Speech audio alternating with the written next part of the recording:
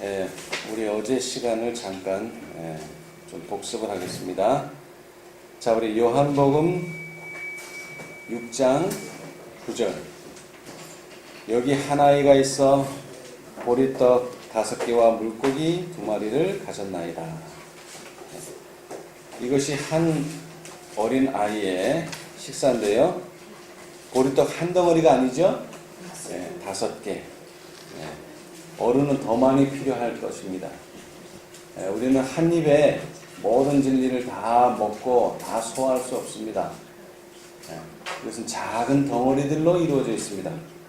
그래서 우리 복음성경 화해주석 계시록 18장 1절에 보시면 우리는 늦은 비를 기다리고만 있지 말아야 한다. 늦은 비는 우리 위에 떨어지는 은혜의 이슬과 소나기를 인정하고 적용시키는 모든 사람 위에 내릴 것이다.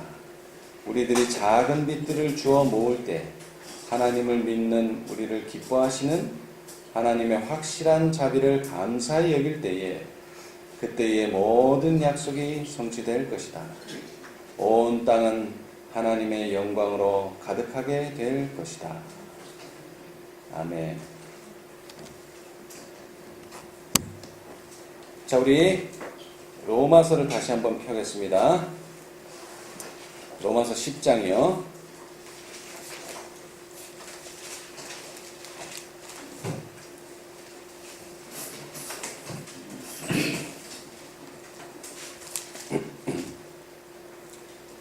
어제는 9절부터 읽었는데요.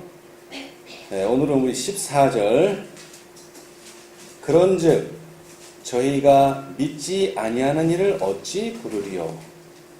듣지도 못한 일을 어찌 믿으리요? 전파하는 자가 없이 어찌 들으리요? 보내심을 받지 아니하였으면 어찌 전파하리요? 자, 그래서 17절로 가면 그러므로 믿음은 들음에서 나며 들음은 그리스도의 말씀으로 말미암았느니라. 우리가 구원 얻는 여정을 한번 보면은 우리는 들어야 됩니다. 그래야지 뭐가 생겨요? 믿음이 생기죠. 그리고 그 믿음을 어떻게 해야 됩니까? 믿음을 벌써 전파해요. 그 믿음을 입으로 시인해야죠. 마음에 믿는 것을 입으로 시인해야 됩니다. 그렇죠? 그런데 사실 우리가 이렇게 듣기 전에 어떤 일이 벌어졌어요? 우리가 이렇게 들을 수 있기 전에 전파하는 일이 있어야 되죠. 그죠? 전파를 안 했는데 내가 무슨 소리 들어요? 말하는 사람이 없는데. 근데 그 전파는 또 그냥 전파하는 게 아니죠. 어떻게 전파합니까? 보내심을 받은 자들이 있어야 된다 이럽니다. 그래서 계시록 14장의 세 천사, 그 다음에 18장의 두 천사들 다 뭐라 그랬어요? 가로되, 외쳐 가로되, 힘센 음성으로 외쳐 가로되, 다 이 말하는 자들이 있어요. 근데 그 말하는 자들은 어떻게 됩니까? 보내는 분이 계시다는 거죠. 그렇죠? 어제는 우리 듣고, 그 다음에 뭐죠? 보고, 그 다음에는 냄새 맡고, 만지고, 맛보고. 근데 참 이 한국말이 참 재밌어요. 이 오감을 다 표현하는 일에 보다는 말이 들어가요. 보다. 자, 들어, 보다. 그 다음에 보는 건 보는 것이고, 그 다음에는 냄새 맡아, 보다. 그 다음에 만져, 보다. 그 다음에 맛, 보다. 다 보다가 들어가요. 그러니까 우리가 어떤 사실, 어떤 진리, 어떤 정보와 맞닥뜨리기 위해서는 봐야 돼요. 근데 보기 위해서는 5가지를 활용해야죠. 그죠? 그런데 결국 그 정보가 우리한테 들어오고 그 진리를 우리가 알게 되었지만 뭐 하지 않는다면요? 먹지 않는다면 어떻게 되겠어요? 내 것이 아니라는 거예요. 근데 많은 사람들은 듣고 보고 그 다음에 냄새 맡고 만지고 맛본 거 가지고 이건 내 것이다 착각하는 사람들이 있단 말이죠. 그러나 그것은 우리 것은 아닙니다. 우리가 기억하지 못하는 때가 온다는 거예요. 자, 하나님의 인은 어디에 봤습니까? 하나님의 인 이마에 봤죠? 그럼 짐승의 표는 어디로 봤습니까? 이마에나 손에 받는다. 근데 하나님의 인이 더 많은 곳에 쳐져야 되는데 왜 하나님의 인은 꼭 이마에만 쳐지고 짐승의 표는 이마나 왜 손에 받아요? 더 많이 받아. 인쳐지는 데가 더 많아. 왜 그럴까요? 우리의 어떤 사람들의 이마에는 벌써 뭐가 들어가 있어요? 안식일은 토요일에다가 여기 들어가 있는 거예요. 이미. 그렇죠? 네. 기억하고 있어요. 그래서 뭐예요? 그 기억을 바꿀 수는 없어요. 그렇죠? 그 기억을 바꿀 수는 없어요. 그런데 그 사람에는 몸에 그 하나님의 표징이 되지는 않아요. 자기의 것이 되지는 않았어요.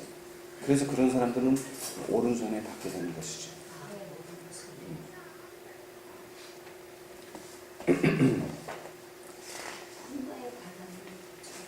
자, 여기 보시면은요, 계시록 14장에 인을 받았다는 게 아니라 진리는 안다 이거예요. 안식일이 토요일이다는 진리는 알아요. 그죠? 그런데 그것을 자기의 생애에서 품성을 변화시키는 일에 그것이 사용되지 않았기 때문에 결국에는 짐승의 표를 받게 된다. 그런 뜻입니다. 예.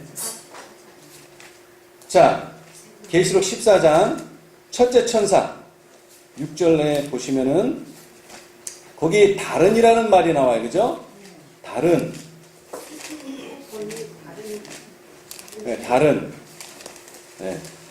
자, 14장 6절에 보시면은 또 보니 무슨 천사?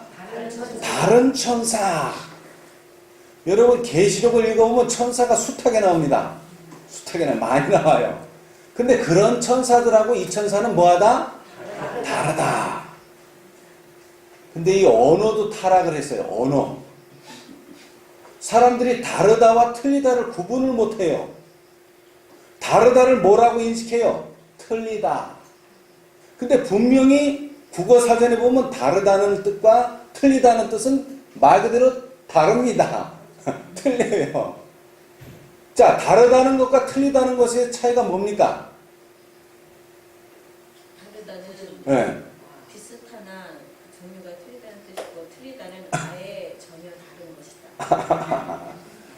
자, 거기서 포인트는 다르다는 것은 말 그대로 이제 서로 종류가 같지 않다는 얘기인데 틀리다라고 말할 때는 뭔가 맞는 것이 있다는 거예요. 그렇죠? 네. 근데 다르다는 맞는 것도 없고 틀리는 것도 없어. 그냥 다르다는 거예요. 말 그대로 다르다는 거예요. 완전히 다르고. 아니, 다르다는 완전히 다르고 틀리다는 완전한 것이 아니라 말을 구분해서 써야 된다 이 말이에요. 또 하나 또 이런 말이 있어요. 관하여라는 말과 대하여라는 말이 있어요. 관하여라는 것은 긍정적인 표현으로 어떤 사물에 관련하여라는 뜻인데 대하여라는 건 뭐예요? 반대하여라는 뜻이에요. 근데 우리는 관하여라고 써야 될 때도 대하여라고 써요. 뭐 교회에 대하여 생각해 봅시다. 그러면 교회를 반대해서 생각해 보자는 뜻이에요. 그럼 좀 뜻이 달라요. 그죠? 근데 여기 지금 보면은 첫째 천사도 다르고 둘째 천사도 다르고 셋째 천사도 다르고 다 다르다 그랬어요. 근데 우리는 어떻게 이해하느냐? 첫째 천사는 둘째 천사하고 틀리다. 그러니까 내가 둘째 천사를 알았다면 너는 첫째 천사 너는 잘못됐다 이거예요. 그래서 오죽하면 뭐라 그랬어요? 계시록에 다시 예언해야 된다는 걸 어떻게 해석해요? 전에 건 틀렸고, 그죠? 지금 새로 하는 거 이게 맞는 거다. 잘못된 거예요. 다른 거예요. 다른 거. 다시 예언해야 된다는 건 다르다는 것이 전에 건 잘못되고 지금 게 맞다는 뜻이 아니에요. 근데 우리는 자꾸 다르다와 틀리다를 자꾸 혼동해서 쓰니까 막 복잡해지는 거예요. 계시록도 마찬가지예요. 넷째 천사와 다섯째 천사는 달라요. 틀린 게 아니에요. 달라요. 아시겠어요? 다시 말하지만 다섯째 천사가 왔으니까 넷째 천사는 잘못되고 셋째 천사가 잘못된 게 아니에요. 달라요. 달라.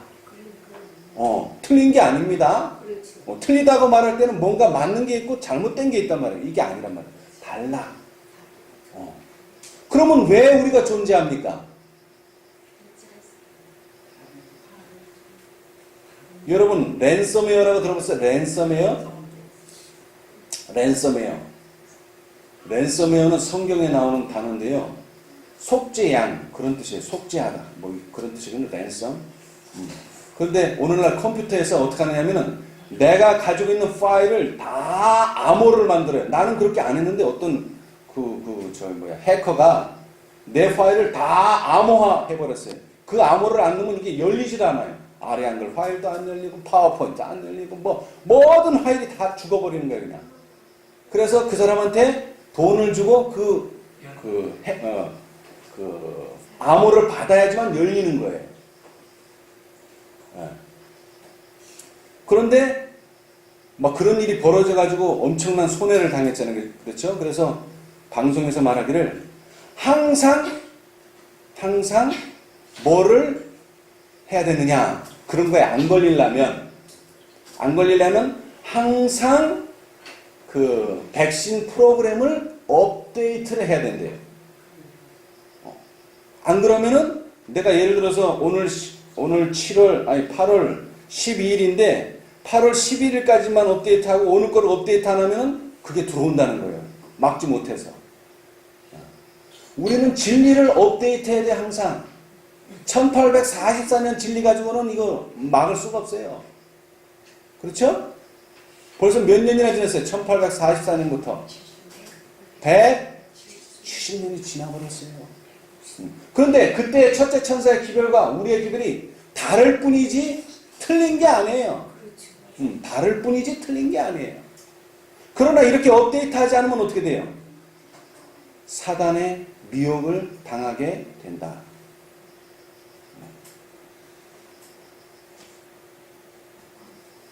자, 우리 부조와 선지자를 한번 읽어보겠습니다.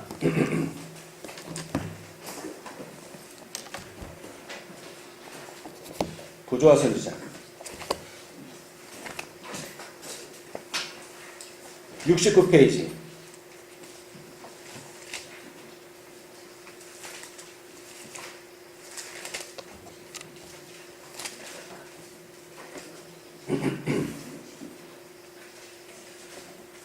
부조와 선지자 69페이지 구속의 역사 34페이지 맨 밑에 보시면은 왼쪽 단에 대쟁투는 최초부터 하나님의 율법에 관한 것이었다.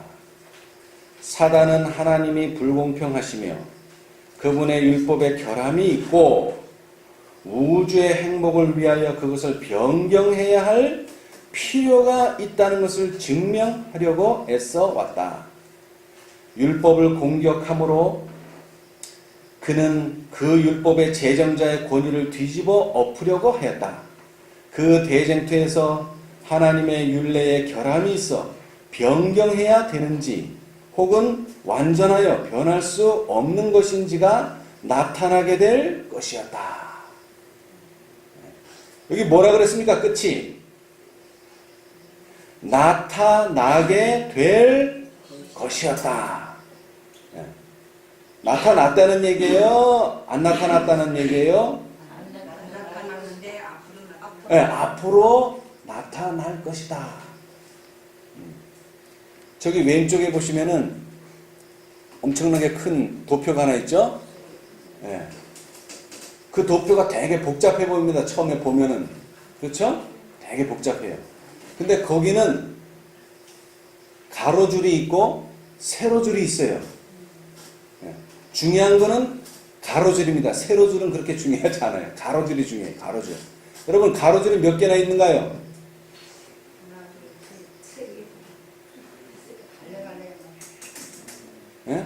갈래갈래 많아요? 자, 그럼 색깔로 봅시다. 색깔. 파란 줄은 두 줄. 몇 가지 색으로 되어 있나요?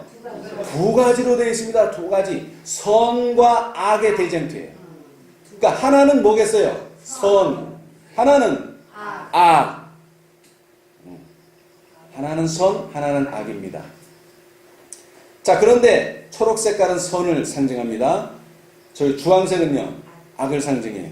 그래서 좀 밑에 가면 줄이 많기는 하지만 위에 줄을 보면 두 줄로 되어 있어요. 그죠? 두 줄. 한 줄은 되게 굵고 그 다음 두 번째 줄은 좀 얇은데 그 시작이 어딘가요? 두 번째 줄의 시작. 초록색 두 번째 줄의 시작. 아브라함입니다. 아브라함.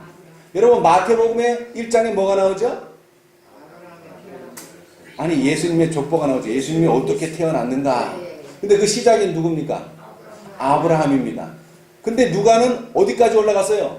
누구의 아버지는 누구, 누구 아버지는 누구 이래가지고 마태는 내려왔어요. 그죠? 아브라함부터 아브라함이 누구를 낳고인데 누가는 거꾸로 올라가서 아버지, 누구의 아버지, 아버지 올라가서 하나님까지 갔는데 마태는 그렇게 설명하지 않았어요.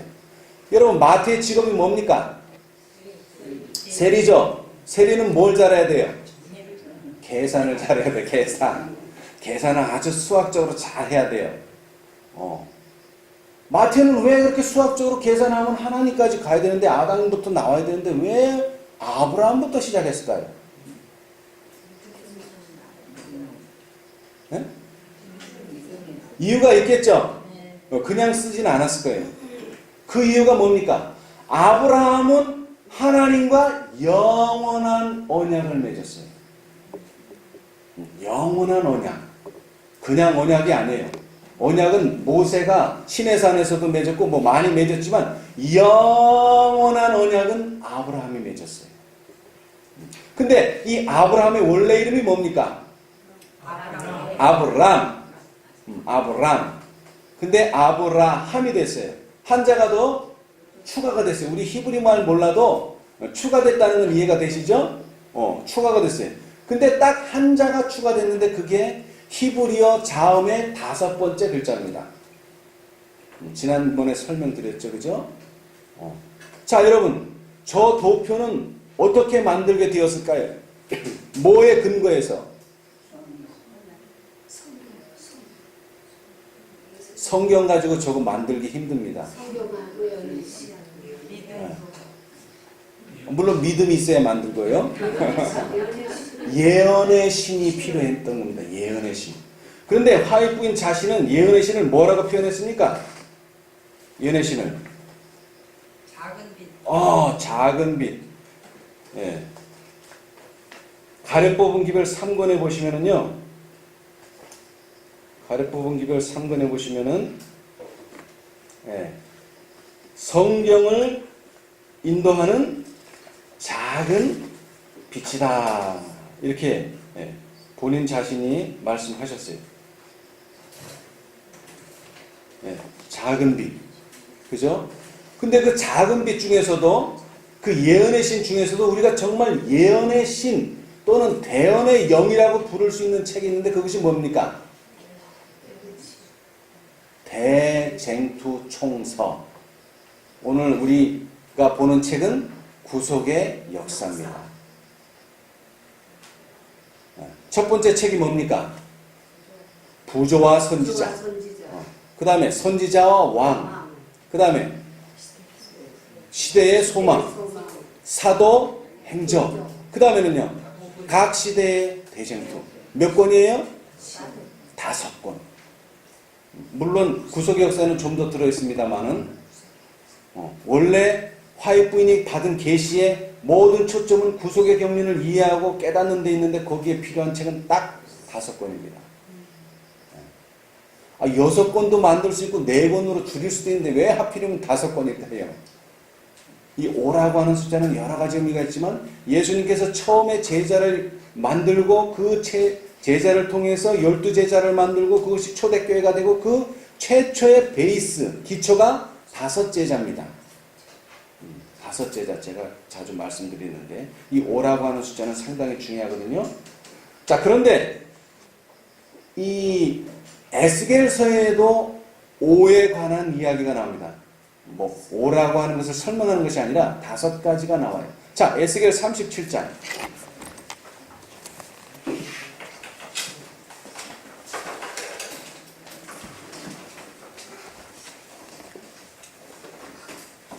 여러분 마른 뼈의 비유 잘 아시죠? 예, 그 마른 뼈의 비유를 설명했어요. 에스겔 37장.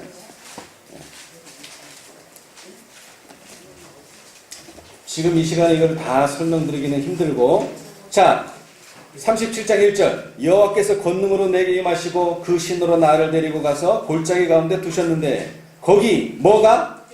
뼈가 가득하더라. 2절. 나를 그 뼈 사방으로 지나게 하시기로 본즉 그 골짜기 지면에 뼈가 심이 많고 아주 말랐더라. 그가 내게 이르시되 인자야 이 뼈들이 능히 살겠느냐 하시기로 내가 대답하되 주 여호와여 주께서 아시나이다. 네. 자, 여호와의 질문이 뭡니까? 이 뼈들이 살겠느냐? 근데 가만히 보니까 어때요? 심히 말랐어요. 말랐어. 말랐다는 뜻이 뭡니까? 뼈도 싱싱한 뼈가 있고요. 마른 뼈가 있어요. 마른 뼈. 네. 그러니까 우리가 공기 중에 가만 놔두면 자꾸 이게 어떻게 됩니까? 말라요. 말라. 말라. 그 말은 시간이 많이 지났다. 여러분 죽으면은 뼈만 나옵니까? 아닙니다. 형체 그대로 있죠. 근데 이게 시간이 지나면 어떻게 돼요? 자꾸 썩죠. 모든 건 썩는데 결국 남는 건 뭡니까? 뼈만 남습니다. 근데 그 중에서도 뼈가 말랐다 그러면 시간이 엄청 죽은 지 엄청나게 오래됐다는 거예요. 그 질문을 했어요. 이런 뼈들이 살겠느냐? 베드로 같은 뭐라고 대답하겠어요? 아이고 이거 안 됩니다. 이거 안 됩니다. 근데 베드로가 회개한다면 어떻게 했어요? 주께서 아시나이다. 근데 에스겔은 단번에 주께서 아시나이다. 자, 그래서 그 주가 어떻게 얘기했나 봅시다. 4절. 또 내게 이르시되 너는 이 뼈들에 대하여 뭐하여? 대언하여 이르기를 너희 마른 뼈들아 여호와의 말씀을 들을지어다. 주 여호와께서 이 뼈들에게 말씀하시기를 내가 무엇을? 생기로 너희에게 들어가게 하리니 너희가 뭐하리라? 살리라. 뭐가 들어가면요? 생기가 들어가면 산다는 겁니다. 자, 근데 그 다음에 너희 위에, 그 너희가 뭡니까? 뼈 위에. 자, 뼈. 그 다음에는요? 힘줄. 그 다음에는 뭐? 살, 가죽. 예. 그러면 뭐가 된 거예요? 형체가 나오잖아요. 그죠? 형체가 나와요. 그러나 거기 뭐가 들어가지 않으면? 생기가 들어가지 않으면 살 수가 없습니다. 그런데 그렇게 뼈에다가 힘줄 더하고 거기다가 살 더하고 가죽 더해서 거기다 생기까지 불어넣었더니 이게 어떻게 돼버렸어요? 물론 살았죠. 물론 살았죠. 10절. 극히 큰 군대가 되더라. 군대가 돼버렸어요. 군대가. 네. 군대가 돼버립니다. 자, 오늘날 우리가 알고 있는 이 뼈대가 무엇이냐면 저 구속의 경륜을 이해하는 겁니다. 이것은 세 천사의 기별, 넷째 천사의 기별, 다섯째 천사의 기별은 아무 상관없어요. 주의 이름을 부르는 자는 구원을 얻으리라. 그런데 그 경륜의 밑바닥에 무엇이 깔려있는가? 율법 회복이 깔려있다는 거예요. 근데 이것은 뼈대에 해당합니다. 뼈대. 우리가 알고 있는 지식, 우리가 알고 있는 교리, 우리가 알고 있는 신조는 뼈대입니다. 뼈대가 하나님의 생기로 말미암아 어떻게 돼야 돼요? 우리 인간에게는 200개 이상의 뼈가 있다고 합니다. 근데 하나는 저기가 있고 하나는 여기가 있고 그럼 돼요? 안 돼요? 안 되죠. 여러분 생기라는 의미가 뭡니까? 생기. 살아있는 기운. 살아있는 기운. 여러분 어제 국수 먹었으니까 오늘 아침 안 먹어도 돼요? 아니죠. 매일 먹어야 돼. 생기도 마찬가지입니다. 현대 진리라는 뜻이 바로 그거예요. 말은 현대 진리지만 거기는 더 깊이 들어가면 최신 진리. 최신 진리. 어저께 그거 가지고 만족하면 안 돼요. 오늘 우리는 최신 진리. 오늘 우리에게 필요한 진리가 있다는 거예요. 그런 진리가 하나는 여기가 있고 하나는 저기가 있고 그럼 돼요? 뼈들이 모여져야 돼. 모여져야 돼. 그래서 뭐예요? 연합. 근데 이게 과정이 있어요. 운동. 그냥 뼈만 모은다고 되는 게 아니죠. 그죠? 뼈를 모은 다음에 뭐예요? 힘줄을 넣어야 돼요. 힘줄을. 그것이 바로 예언이라고 하는 것입니다. 힘줄. 오늘날 이 세상이 점점 사람들이 퇴화하다 보니까 이 허리뼈 약한 사람들이 많아요. 뭐 약한 게 아니라 아주 망가진 사람들, 허리 디스크 망가진 사람들 많죠. 이 디스크는 재생이 안 됩니다. 그래서 어떻게 해요? 사람들이 디스크에 해당하는 걸 집어넣는 수술도 해요. 근데 그건 위험하고 비용도 상당히 많이 들어요. 그래서 사람들이 연구해 보니까 뭐냐? 이 허리 디스크, 허리를 받치고 있는 이 그러니까 근육을 강화시켜 주는 거예요. 그러니까 3번 디스크가 나가고 3번 디스크가 망가졌어도 허리 근육이 단단하면은요 통증을 별로 느끼질 않아요. 뼈대만 세워가지고 되는 것이 아닙니다. 그 뼈대를 받쳐주는 힘줄이 있어야 돼. 힘줄. 제가 어제 설명드린 것이 바로 그 힘줄을 말하는 겁니다. 힘줄이 있어야 돼. 힘줄 없으면은요 이 지탱이 안 됩니다. 하나님께서 생기로 뼈를 모아놓으셨지만 그 뼈들이 다 제각각 위치에 있도록 힘줄이 항상 붙들어줘야 돼요. 그 힘줄이 뭐냐? 예언. 2300주야의 예언. 그 다음에 첫째, 둘째, 셋째, 넷째, 다섯째 천사. 그거 다 예언입니다. 이런 것들이 함께 해줘야 돼요. 거기다가 좀 더 살을 붙이고 그 다음에 뭐예요? 가죽까지 입히면 완전해지는 거죠. 근데 이 결론이 뭐라고요? 군대를 만드는 것입니다. 군대. 자, 우리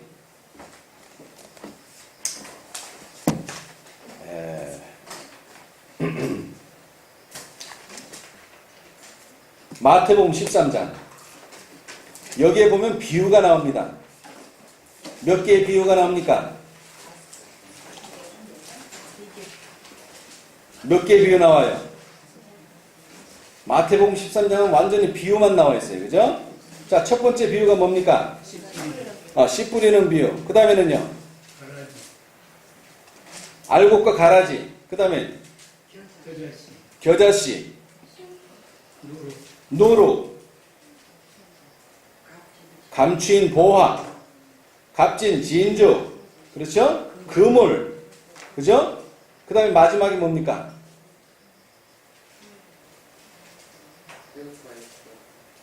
천국의 제자된 서기관의 비유가 마지막으로 납니다. 8개가 들었어요. 8개. 근데 이 8개를 싹 분류해보면 5종류의 비유가 있어요. 그거는 시대의 소망에 보시면 나오니까. 자, 그 중에서 맨 마지막의 비유. 이렇게 7가지의 비유는 다 진리에 대해서 진리가 어떻게 선포되고를 했는데 맨 마지막은 어떻게 설명했느냐면 예수께서 가라사대 그러므로 천국의 제자된 서기관마다 어떻게 한다 그랬어요? 새 것과 옛 것을 그 곳간에서 내오는 무엇과 같다? 집 주인과 같다. 누가 집 주인입니까? 하나님이죠. 그런데 천국의 서기관은요, 하나님과 같다. 사단이 왜 율법을 변경시켰어요? 나는 하나님과 같다. 근데 우리가 같다는 것과 사단이 같다는 것은 다릅니다. 자, 사단은 뭐가 같다는 거예요? 뭐가 자기가 하나님과 같다는 거예요? 능력이. 그 우리가 같다는 건요? 성격이, 성질이, 품성이, 그게 같다는 거예요. 하나님이 이해하는 것을 나도 이해한다는 거예요. 그런 뜻이지 능력이 같다는 게 아닙니다. 그런데 오늘날 하나님은 어떤 사람을 필요하세요? 서기관을 필요로 하십니다. 서기관. 여러분, 예수님의 제자들이요, 예수님 따라다니는데 피곤하기도 하지만 또 어떤 때가 옵니까? 시장한 때가 옵니다. 네, 끼니를 거르는 때가 있어요. 너무 바빠가지고. 어느 날 오늘같이 안식일이었어요. 근데 제자 바 사이를 뜩 가는데 어떻게 했어요? 제자들이 하도 배가 고파서 손으로 비벼서 먹었죠. 네. 몇 가지 죄를 졌어요? 남의 밭에 들어가는 거. 네? 남의 밭에 들어간 것도 죄예요? 네, 들어간 거는 죄가 아니에요. 근데 뭐 하면? 그거를 따면은 그때부터 이제 죄가 성립되죠. 뭐 하는 죄? 추수의 죄가 있어요. 근데 거기서 끝난 게 아니에요. 추수만 한 게 아니에요. 뭐를 했어요 또? 비벼서 먹었죠. 그 비비면 뭐가 나옵니까? 알곡과 가라지가 나와요. 오늘날 많은 재림교인들이 지금 무슨 시기래요? 알곡과 쭉정이. 네. 지금 무슨 시기래요? 추수 때. 근데 더 엄밀히 말하자면 지금은 타작하는 시기입니다. 타작. 거둬들이는 게 끝이 아니라 그 거둬들여서 뭐 하는 거예요 이제? 선별을 해야 돼. 선별. 뭐가 알곡이고 뭐가 쭉정인지. 자, 우리 이사야 41장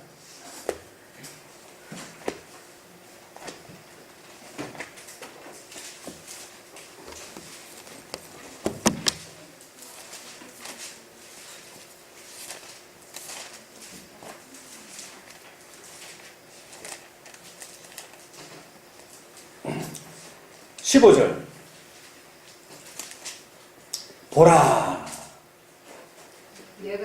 내가 너로 이가 날카로운 새 타작 기계를 삼으리니 내가 산들을 쳐서 부스러기를 만들 것이며 작은 산들도 겨같게 할 것이라.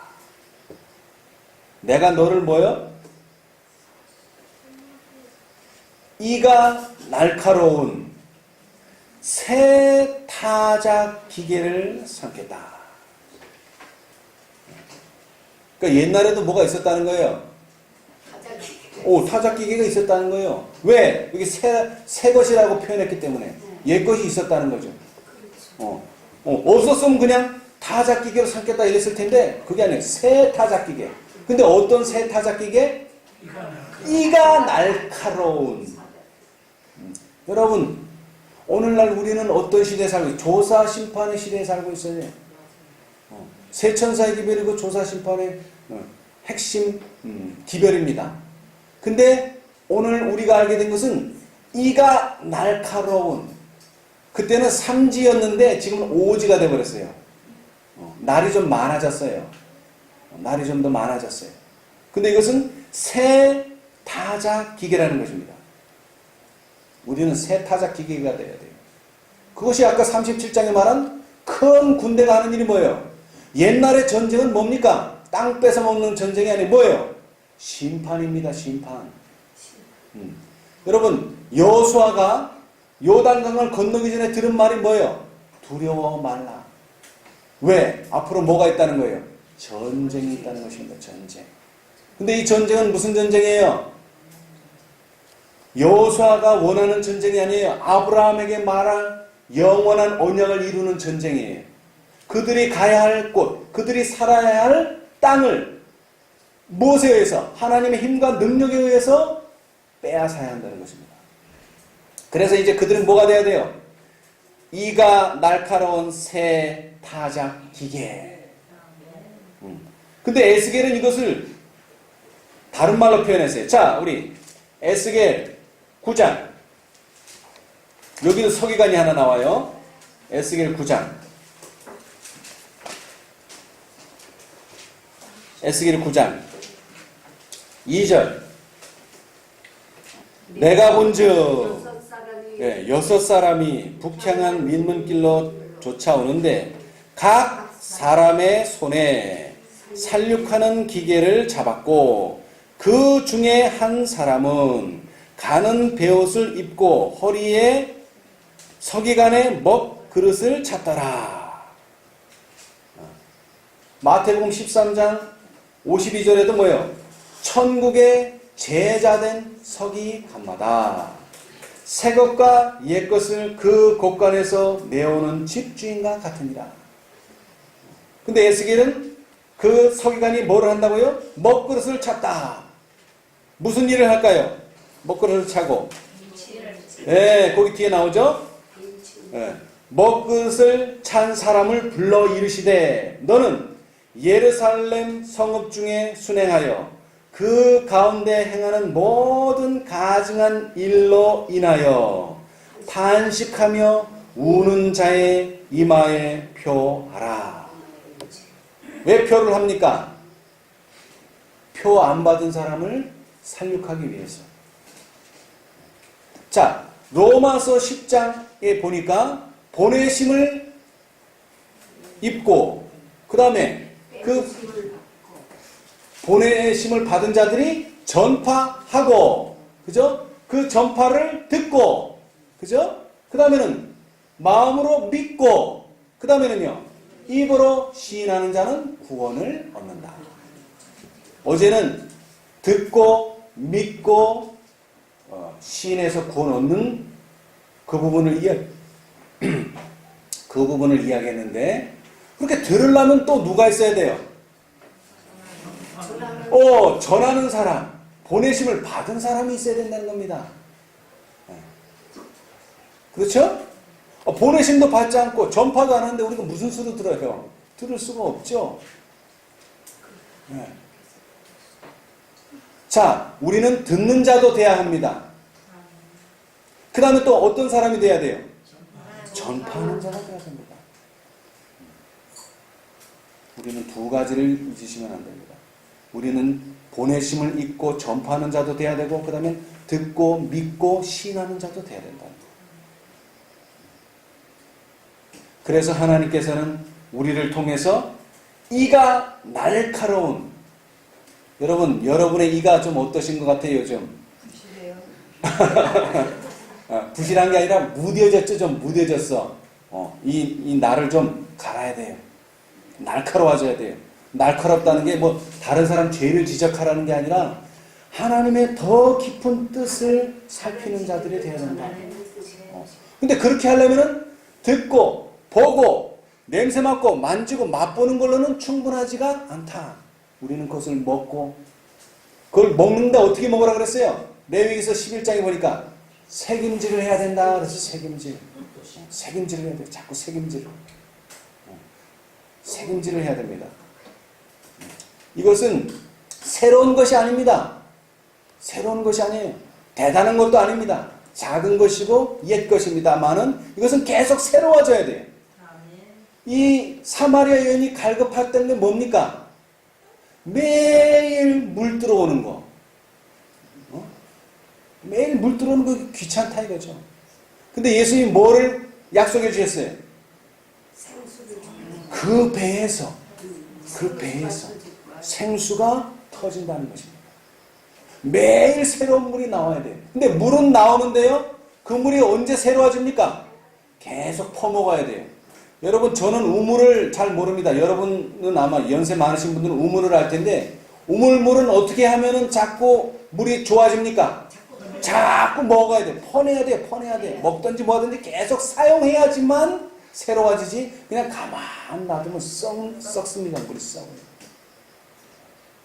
썩어버려요.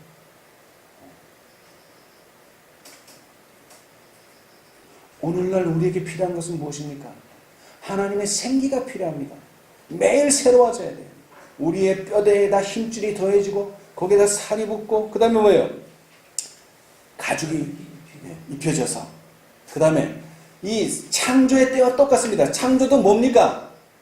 하와를 창조할 때가 자세하게 묘사됐어요. 아담은 자세하게 묘사되어 있지 않은데 하와를 창조할 때 어떻게 됐어요? 갈비 하나 뚝 빼가지고 진흙으로 잘 만들었는데 형체는 딱 사람이에요. 근데 뭐가 없어요? 생기가 없어요. 생기가. 그래서 하나님께서 코에다가 생기를 불어 넣으니 어떻게 됐어요? 생명이 됩니다. 우리도 생명이 돼야 됩니다. 하나님의 말씀을 먹고 마시고, 그리고 또 뭐 전파하고, 또 먹고 마시고 전파하고. 이 5가지 기간 중에 4가지는 받는 것밖에 안 돼요.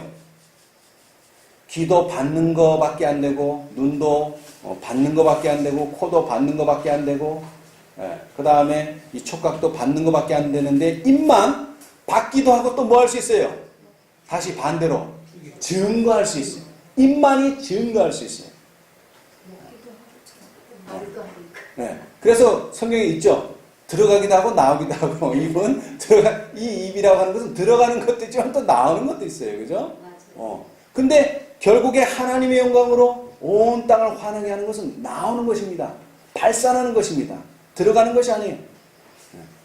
여러분 속에 얼마나 많은 말씀과 얼마나 많은 지식이 들어갔어요. 이제 나와야 돼요. 근데 어떻게 나옵니까? 내가 말해야지. 물론 의도도 필요합니다. 의지도 필요합니다. 그러나 자, 우리 이 말씀만 읽고 마치겠습니다.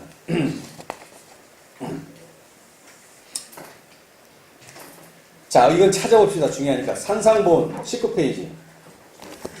산상본 19페이지. 산상본 19페이지.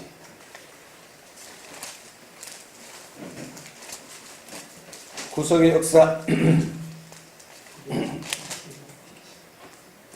976페이지입니다. 구속의 역사 976페이지 왼쪽 단 맨 위에요.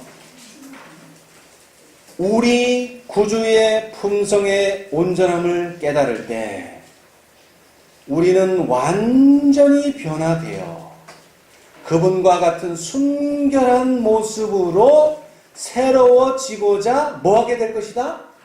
갈망하게 될 것이다. 하나님에 대해서는 알면 알수록 품성에 대한 우리의 이상이 더욱 높아지고 그리스도의 형상을 나타내고자 하는 열망이 더욱 강해질 것이다. 사람이 하나님을 찾아가서 나의 영혼아 잠잠히 하나님만 바라라. 대저 나의 소망이 저로 쫓아 나는도다. 고 간절한 마음으로 말하게 될 때 하늘의 요소와 인간의 요소가 합해질 것이다. 아멘. 아멘. 이것이 바로 소위 말하는 믿음으로 말미암는 의입니다. 근데 간절해지기 위해서 뭐가 필요해요? 우리 구주의 품성의 온전함을 깨달아야 돼요. 그렇죠? 그렇게 되면 우리는 완전히 변화되어 그분과 같이 순결한 모습으로 새로워지고자 하는 갈망이 생겨요. 그렇죠? 그래서 하나님을 알게 되는데 알면 알수록 그죠? 품성에 대한 우리의 이상은 더욱 높아지고 그리스도의 형상을 나타내고자 하는 열망이 더욱 강해질 것이다. 그죠? 그러면서 우리가 뭐라고 말합니까? 시편 62편 5절 나의 영혼아 잠잠히 하나님만 바라라. 대저 나의 소망이 저로 쫓아 나는도다. 라고 하는 간절한 마음으로 말하게 되는 때가 온다는 거죠. 그러면 어떻게 된다고요? 하늘의 요소와 인간의 요소가 합해진다. 여러분 예수님께서 마지막으로 하신 기도가 뭡니까? 요한복음 17장에 나오죠. 그죠? 요한복음 17장에 하나가 된다는 것이에요. 어떻게 하나가 됩니까? 이렇게 하나가 되는 거예요. 간절히 갈망하고 그 간절한 마음으로 말하게 될 때에. 근데 그렇게 하기 위해서 뭘 해야 돼요? 구주의 품성의 온전함을 깨달을 때, 알게 될 때, 깨닫는다는 말은 본다는 말입니다. 귀로 보고, 들어보고, 눈으로 보고, 냄새 맡아보고, 맛보고, 만져보고, 맛보고, 그리고 너무나 좋아서 삼키게 되는 거죠. 그래서 그게 이제 우리의 몸이 되는 것입니다. 그래서 야곱아 두려워 말라. 너는 내 것이라. 왜? 예수님의 요소가 다 들어간 거예요. 예수님의 살과 피를 먹고 살았단 말이죠.